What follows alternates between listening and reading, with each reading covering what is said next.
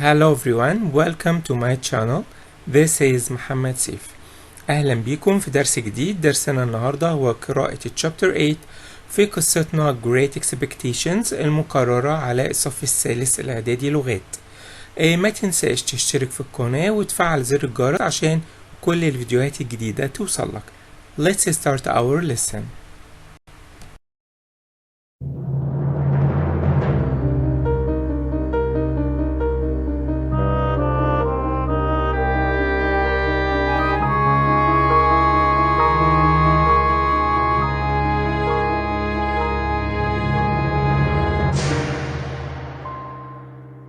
Chapter 8 Young Men in Love. I left London early next morning. When I got to Saty's house, I rang the bell as usual, and a servant opened the gate. Taking a candle, I walked along the dark and gloomy corridors and up the stairs. I knocked on the door of Miss Havisham's dressing room. "That's Pip's knock." "Come in, Pip," I heard Miss Havisham say. When I opened the door, Miss Havisham was sitting by the dressing table as usual. Beside her was an elegant young woman who I had not seen before. "Well, Pip?" Miss Havisham said. "I heard that you wished to see me, Miss Havisham, so I came at once," I said. As I spoke, the elegant young lady looked up at me. It was Estella. She smiled. "Has she changed, Pip?" Miss Havisham asked. "She used to be proud and scornful. Do you remember?" Although I was wearing my fine clothes, I felt clumsy and awkward. I was that common boy again who Estella had laughed at. "Has Pip changed?" Miss Havisham asked Estella. "Very much," Estella answered. As we talked, Estella's smile tore at my heart. The more I saw of her, the more I loved her. "Isn't she elegant? Isn't she beautiful? Don't you admire her, Pip?" Miss Havisham whispered. "Everyone who sees Estella must admire her," I replied. "Then love her! Love her, Pip!" Miss Havisham cried. "It does not matter how she behaves towards you. If she is good to you, love her. If she tears your heart to pieces, love her, love her. Never forget, Pip," Miss Havisham went on. "You must give everything for real love. You must give your whole heart, as I did. As I did." And she fell back into her chair with a cry. Before I left Saty's house, Estella and I walked together in the garden. I reminded Estella how I had once fought Herbert there. "Herbert and I are great friends now," I said. "Of course. With your new life you have new friends," Estella answered. "The people who you knew before cannot be your companions now." I did not answer. Estella's words made me feel ashamed of Joe and Biddy. I decided not to visit them at the forge as I had planned.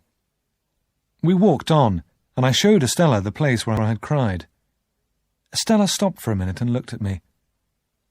"I have not changed, Pip," she said. "If we are to meet again, you must understand that. Remember, I have no love in my heart for anyone. No love in my heart at all." I heard Estella's words, but I did not believe them. Estella and I were going to be together. Miss Havisham had planned it. But my love for Estella did not make me happy. I was in torment when I saw her, and in torment when I did not see her.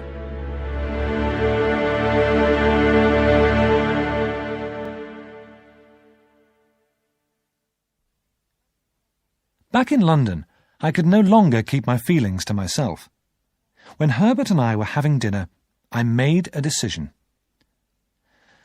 "My dear Herbert," I began, "I have something important to tell you, but it is a secret." Herbert smiled. "Your secret will be safe with me, Pip," he said. I took a deep breath. "Herbert, I must tell you, I adore Estella." Herbert smiled again. "I know that, my dear Pip," Herbert said. "I believe you adored her from the first moment you saw her." "You are right, Herbert," I said. "And now she is a beautiful and elegant young woman." "Then you're lucky that she's been chosen for you," Herbert said cheerfully. "But has Mr. Jaggers ever said that Estella is part of your expectations, Pip?" "No, never," I said slowly. "Then perhaps she is not part of your expectations. Perhaps you should not think of Estella so much," Herbert said. "Think of the way she has been brought up. Think of Miss Havisham. Estella has the power to make you very unhappy, Pip. Could you not forget her for a time?" I shook my head. "No, that's impossible, quite impossible," I replied. "Well then, I suppose there is nothing more to say," Herbert said kindly. "But you are not the only one in love, Pip," Herbert added. "I have a secret of my own, and my secret is, I am engaged to be married." "Congratulations, Herbert," I said. "May I know the lady's name?" "Her name is Clara. She lives with her father, who is an invalid. As I have no expectations, and she is poor, we cannot marry yet, not until I make my fortune. That means hard work," Herbert went on. "One day I shall have enough money to marry, and then how happy Clara and I will be." How lucky Herbert was! He was poor, but Clara loved him. I was in love with a beautiful woman, and I had great expectations. But Estella was proud, and had no love in her heart for me. Would Estella ever forget her pride and love me?